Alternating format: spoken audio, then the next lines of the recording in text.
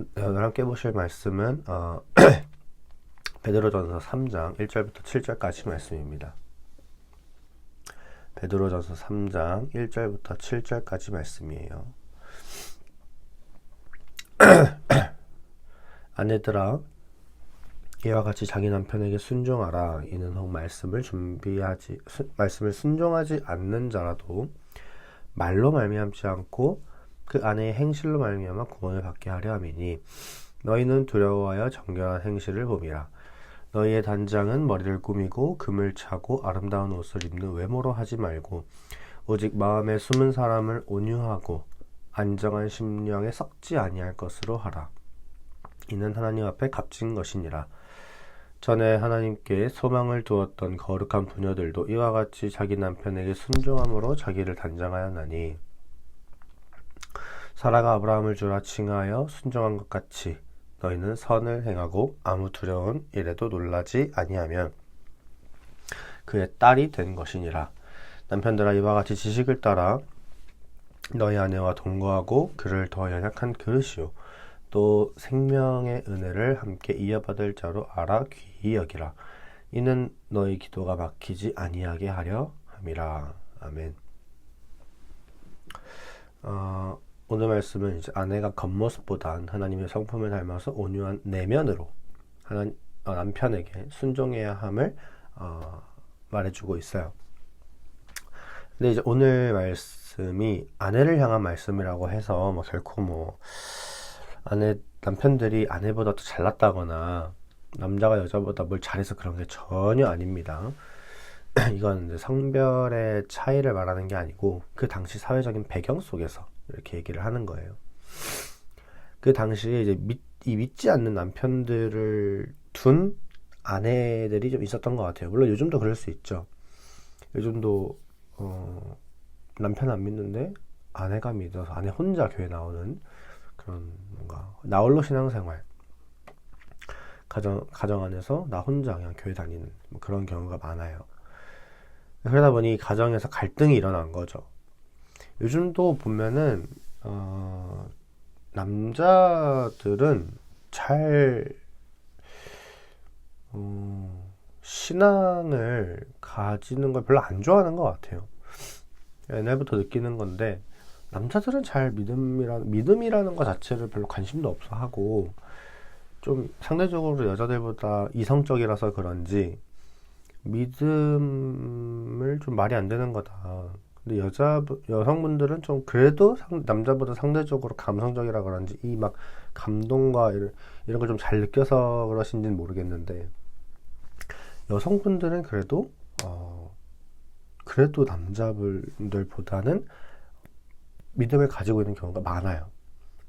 비율적으로 좀 그런 것 같아요. 우리나라 특히. 그러다 보니까 이제 가정에서 남편은 안 믿고 아내는 믿고 이런 경우가 좀 일어나는 것 같아요. 아무튼 그러다 보니까 오늘 말씀이 이 여자분들에게 향해 있는 것이다 라는 겁니다. 그 당시에 그런 배경이 있었어요. 여자들의 행실을 보고 남자들이 신앙을 가지게끔 하는 거죠. 흔히 이 사람들이 신앙을 가지게 되는 경우는 주변에서 교회 한번 가자 해서 그렇게 신앙생활을 하게 되는 경우도 있지만, 주변에 교회를 다니는 사람들 중에 정말 괜찮다 싶은 사람이 조금 드물죠. 그래서 정말 저 사람 정말 신실하고 다른 사람과는 뭔가 다른 그런 선한 모습을 보여줘야 되는데 참 힘들어요, 그게. 근데 이제 그런 사람들이 또 없진 않아요. 간간이 있단 말이에요.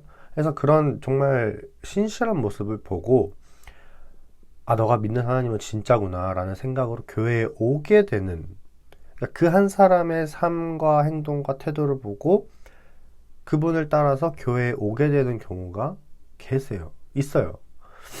그런 것처럼 이 믿음을 가지기 싫어하는 남편들과 트러블이 있더라도 이 남편에게 순종하고 정결한 행실, 곧 외모가 아닌 내면을 가꾸고 단정하게 하는 그 모습을 계속해서 보이라는 거죠. 그러니까 그리스도인으로서의 삶을 살라 이거예요. 그러다 보면 어느 순간 남편들이 자기 아내의 모습을 보고 교회에 발을 디디고 믿음을 얻을 수 있을 것이다 라는 그런 말이죠. 근데 오늘 말씀은 이제 여성들을 향해서 쓰이긴 했지만 이 원리를 보면은 사실 이거는 여자뿐만 아니라 남녀 상관없이 다 해당되는 말이죠. 이 말씀은 이제 오늘날에도 잘 적용이 된다는 거예요. 요즘 교회를 다니지 않는 사람들이 얼마나 많습니까? 그리고 그 사람들이 교회를 안 간다는 많은 이유들 중 하나가 교회 다니는 사람들이 행실이 별로라서 실망해서 교회 안 간다라고 얘기를 많이 해요. 그게 제일 큰 이유예요. 겉과 속이 다른 그리스도인들을 향해서 실망한 거죠. 참 이거 부정도 못 하겠는 게 저도 저를 포함해서 교회 다니는 많은 사람들을 보면 겉모습은 정말 많이 신경을 쓰는데 그만큼 내면은 좀 신경을 안 쓰는 경우가 많은 것 같아요. 물론 겉이 중요하죠. 겉모습 단정해야죠. 그런데 겉을 신경 쓰는 것만큼 이 내면, 속도 신경을 써야 되는데 그런 모습은 좀 부족한 것 같아요. 많은 이 그리스도인들이. 저도 말씀을 묵상하는데 많이 찔리고 부끄럽고 그렇더라고요. 겉으로는 뭐 교회에서 성도님들하고 있을 때는 전도사로 있고 거기에 이제 맞게 외적인 걸 좀 단정하게 가꿔야겠죠. 근데 그거는 이제 눈에 보이니까 좀 잘 되는데 뭐 나 혼자 있을 때나 아니면 이 내면 내 속에 있는 것들 그거는 눈에 보이지 않잖아요.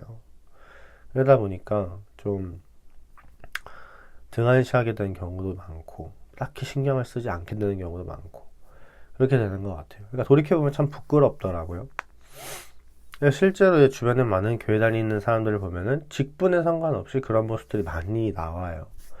믿음이 있는 저도 그 사람들을 볼 때 실망스러운 부분들이 많죠. 뭐 장로, 집사, 뭐 권사 이렇게 물론 우리 교회를 특정해서 얘기하는 건 아닙니다. 그냥 보편적으로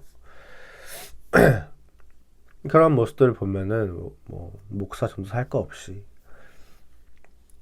실망스러운 부분들이 많습니다. 저도 비슷하겠죠. 하지만 오늘 이 말씀 앞에서 우리가 이러한 모습들을 좀 벗어버렸으면 좋겠다라는 생각이에요. 겉모습뿐만 아니라 이 마음을, 내면을 단장하고 정결하게 해서 어디서나 이 선한 모습을 보이고 그 모습을 통해서 불신자들이 하나님께로 나아오는 그런 삶을 살고 또 그렇게 하나님께 쓰임 받으면 얼마나 또 좋아요. 영광스럽잖아요. 그래서 이런 우리가 되었으면 좋겠다라는 겁니다.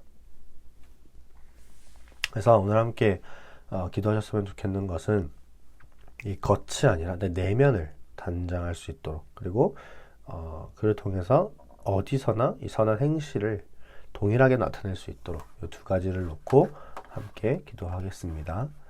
사랑이 많으신 하나님